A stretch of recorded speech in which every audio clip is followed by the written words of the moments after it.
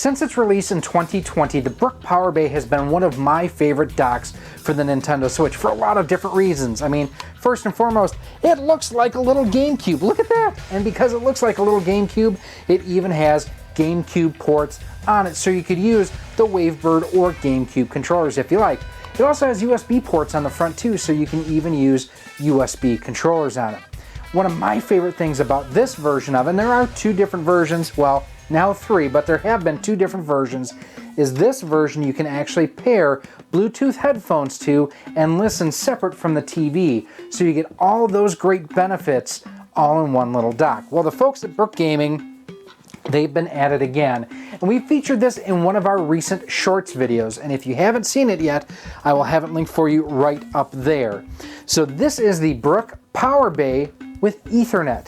This allows you to connect a hardwired connection to the internet so you have a more consistent overall connection if you are downloading content or if you are playing online games. Now, before we dive into this video too far, I just want to pause and thank you for coming by and checking out what we have here going on today. I really do appreciate it. If you like what you see here, I invite you to check out, our little shorts video that we had on this dock, the original review for the Power Bay here. And if you really like what you see here, do me a huge favor. Hit that subscribe button and that bell notification. That way each and every time we upload new content, you are kept the most informed and up to date. And what I want to know from you here today, my question for you, Super Mario Sunshine playing behind me. This is the Super Mario 3D All-Stars. I just want to know, did you play it back in the day on the GameCube? I did. Have to admit, wasn't a huge fan. I honestly have yet to play it on 3D All-Stars. We're going to fix that in this video here today. And speaking of this video here today, what we're going to do is we are going to take the Power Bay, we are going to throw it on the bench, and we are going to compare it to the original because there are a couple other odds and ends differences for you. One of the questions I do want to get out of the way really quick is, will this brick your Switch? I'm going to stop you right now. So the Switch bricking issues for the most part happened in late 2017 and early 2018. One of the primary causes to that was out of spec power supplies. Basically, the way that the Switch delivered its power from the power supply, if it's wrong, you can actually damage your Switch where it will no longer charge and sync. Now, Brook backs their products with a brick-free warranty, I guess is the best way that you could describe it, where if something does happen to your Switch because you use this, they'll take care of you. The odds are fairly slim at this point. The biggest thing I have to say, use the OEM Nintendo power supply. That will ensure that you have a good quality AC adapter connected to this, so when you set your Switch on there, it'll work and you don't have to worry about bricking. One other thing, this will actually work with the Switch Lite. However, it will not allow you to transmit the video from your Switch Lite to the television. Nintendo has disabled that functionality in the Switch Lite. That is one of the features that they cut to cut costs on the Switch Lite overall itself. So if you're looking for a dock to be able to connect your Switch Lite to your TV, you're not going to find one. It is incapable of doing that. With all that out of the way, let's go ahead, let's hit the bench, and let's take a closer look. So taking a look, here we have the original Brook Power Bay. This is the new with Ethernet. I don't have the red crimson one, unfortunately. Quite honestly, I don't need it, but it is nice to kind of see these side by side, exact same footprint and everything. You can see the gray here is a little bit darker than this is a little bit more white. One other major thing that I did not realize initially, the function button on here, well, it doesn't function. That tells me this does not have Bluetooth. And I'm guessing here simply because this is an early production sample. I don't have a manual and the manual is not printed yet. So just as a heads up, it does not look like the Ethernet version does have Bluetooth audio on it. One of the neat things though is you do have a turbo functionality on it so that you can go ahead, if you are using the GameCube ports, you can have a turbo function as you are playing along. On the front of it, as you can see, GameCube ports, left, right, USB, USB. Very cool. Now, one thing I did want to point out here too is the fact that the little shield that goes over the USB-C port, it's a slightly different color. This is gray versus purple. Again, easy way just to identify the with Ethernet versus the without, but with Bluetooth. and then you flip it up, and you can see it does have your USB-C port there. Now, one interesting thing is the fact that you can use this, both of these actually, with the Switch Lite for power and to use in tabletop mode, but like I mentioned, nothing will allow you to use a Switch Lite connected to a TV. Now, looking at the back of both of these, this is where the real differences can be found. As you can see on the with USB here, no Ethernet port, but you do have power and HDMI, all the USB ports on the front. On this one, you do have the Ethernet port on the side, HDMI and power. Again, all USB ports are on the front of it. Now, one thing I do want to do, and you can see like it doesn't even have the product ID sticker where this one here does. This is an early production sample. I may actually be the first person who has had a chance to take a look at this outside of Brooke Gaming. And if that's the case, thanks guys, I appreciate it. So what I'm going to do here real quick, here you can see I do have the Nintendo power cable. We're just going to go ahead and plug it into the back here. Is I'm going to grab Ginger's Switch Lite. I'm going to plug it in, and it should indicate that it's charging.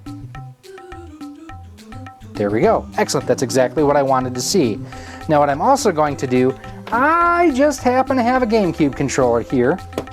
So we're going to plug this guy in, and you can see how the D-pad here on the GameCube controller is taking me through and allowing me to change things on the Switch Lite. I actually have one of the Hori GameCube controllers as well, and this is great for playing on the GameCube with like the Game Boy player. Perfect example there. Same thing, works without a problem. So great to see that it will still work with the Switch Lite to work basically as a desktop charging stand and allow you to plug in third-party controllers. Now what I'm also going to do, let's just take the other controller, we'll plug it into that side. So we now have two controllers plugged in and working perfectly. Excellent. Now at this point, what I'm going to do is I'm actually going to disconnect this. I'm going to hook it up to our TV and our capture card, and we're going to test it out on our Nintendo Switch and see exactly how well it plays. So starting off here with Mario Sunshine and the GameCube controller. So the interesting thing here is to see whether or not... Okay, so that's the Z button on top. That takes me to the map. So we don't have a ZR per se, at least when using the actual GameCube controller. So it does work with Super Mario Sunshine with the GameCube controller. We're going to actually switch real quick to an actual Pro controller. This is the Contender from Rival Lab Games that I've recently reviewed. We're going to switch to this real quick just because I think I'm missing out a little bit on not having the both buttons basically. We'll get most of the ink and whatnot cleaned up here. I mean, overall, the controls are responsive. I think the video looks great, too. I think we got them. And we got it. So we got our first shine sprite here on Mario Sunshine. We're going to go ahead and save real quick. There we go. Save and quit, because I don't want to have to go through that again. I've now gone and connected the dock to my router via Ethernet cable, and to verify in fact that I am going to be just using that connection, not Wi-Fi. So in internet settings, if I go in there, here you can see at the very top, give it a second, wired connection. So okay. We're going to connect to the internet via wired connection, connecting to the internet, successfully connected. Now, can I test connection? Let's test the connection here. We're going to check the download and upload speed. 49 megs down, 6.2 up. A little disappointing, not going to lie, but that may be more on the Switch itself. So we are going to go into some Super Mario 35th. Alright, and we are off. I never realized that you only had 35 seconds at the very beginning of this. It's not a lot of time. And just like that, we already have our first victim and casualty out. Come on, you. There we go. Now, I try to be a nicer player. Unless you're attacking me, I'm not going to attack you, which is why I have the default at the top of the screen set to go to my attackers. don't know if it's possible. I'm going to try to see if I can't do the minus world trick here. When you're playing this, it is more advantageous to stomp on an enemy versus to hit fireball, but it's a lot of times safer to hit them with the fireball, like with the Koopa Troopa there.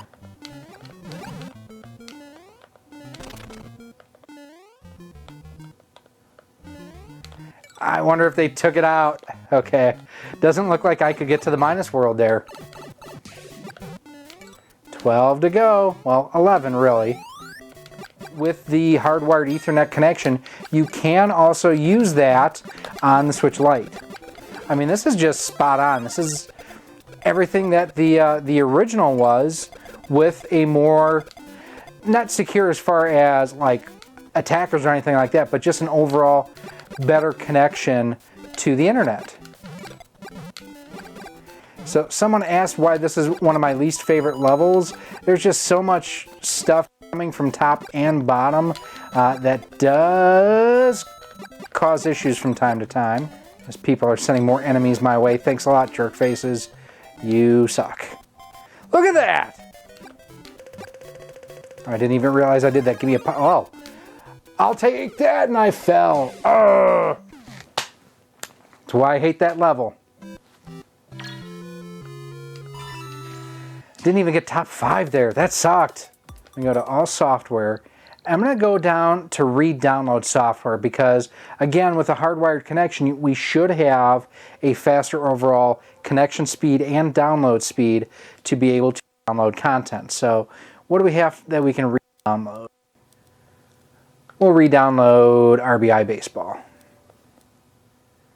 It's coming down quickly, and this is not a small file, so 30, looks like half an hour is what it's going to take to download.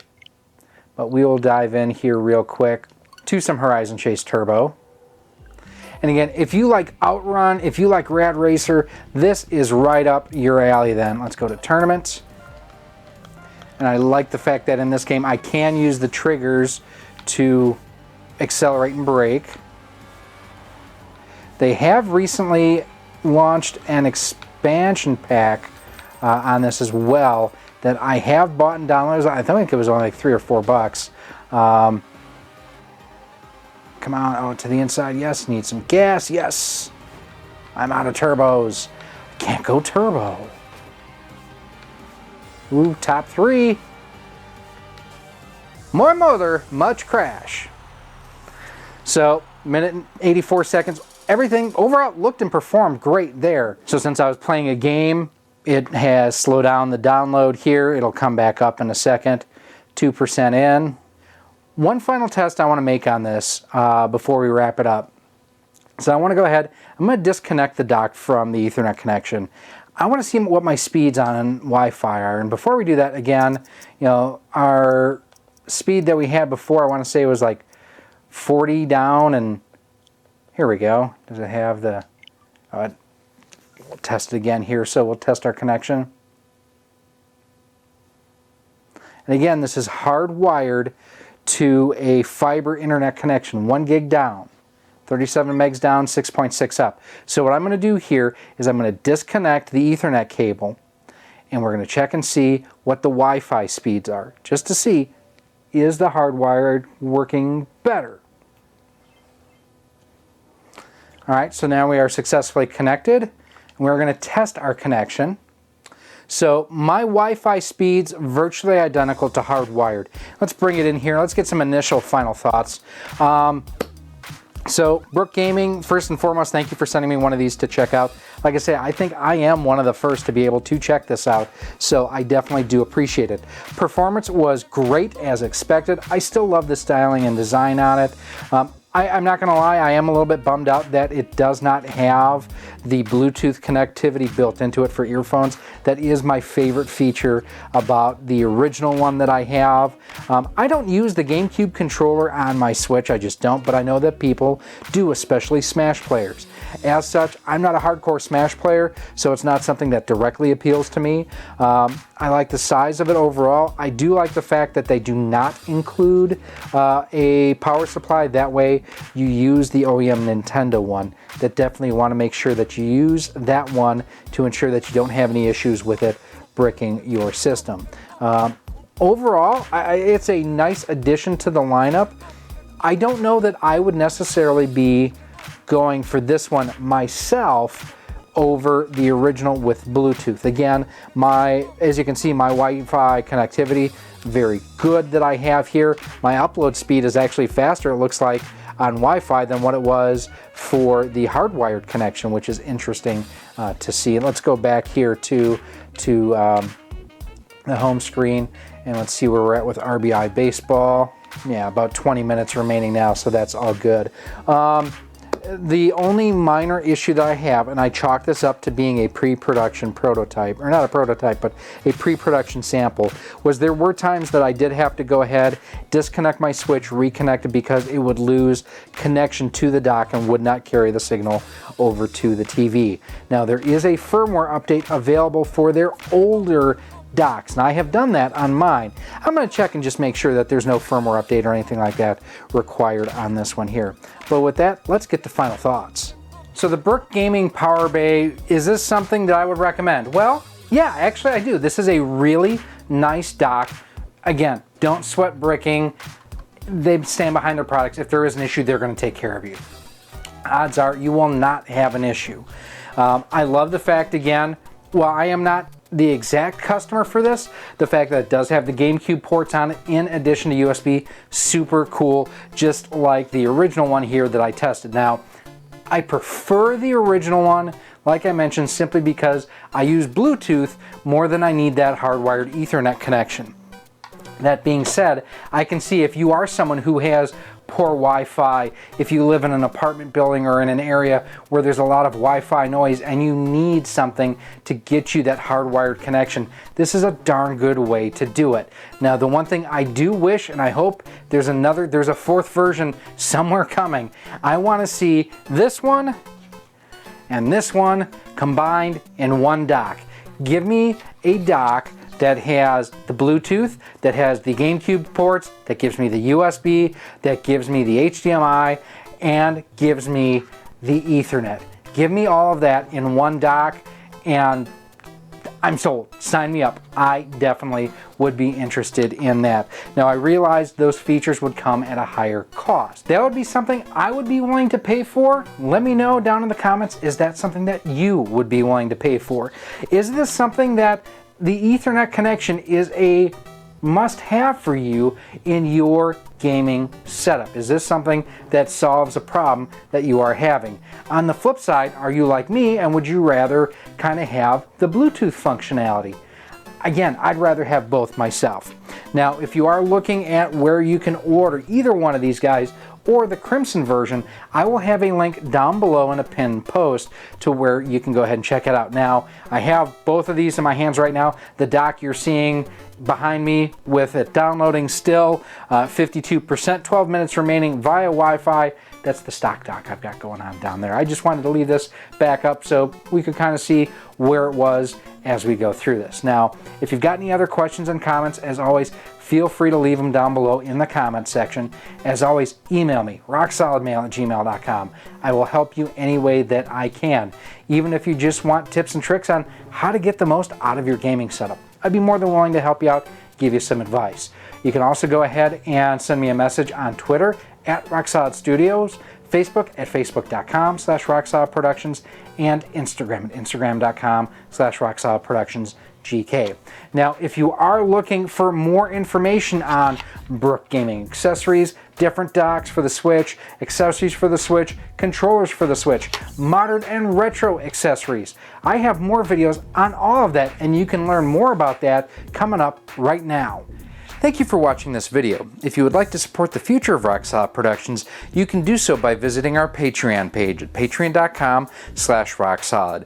For as little as $1 a month, $12 a year, you'll get early access to all of our video content, exclusive content, and a whole lot more. You can also become a channel member here on YouTube for as little as $1.99 a month, and with that you get a badge next to your name when you comment or post on the channel, and you are acknowledged whether you are a channel member or a Patreon supporter at the end of each and every one of our videos.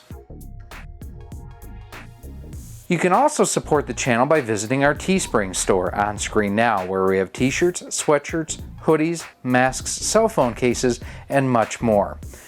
Again, thank you for watching, and I hope to see you soon.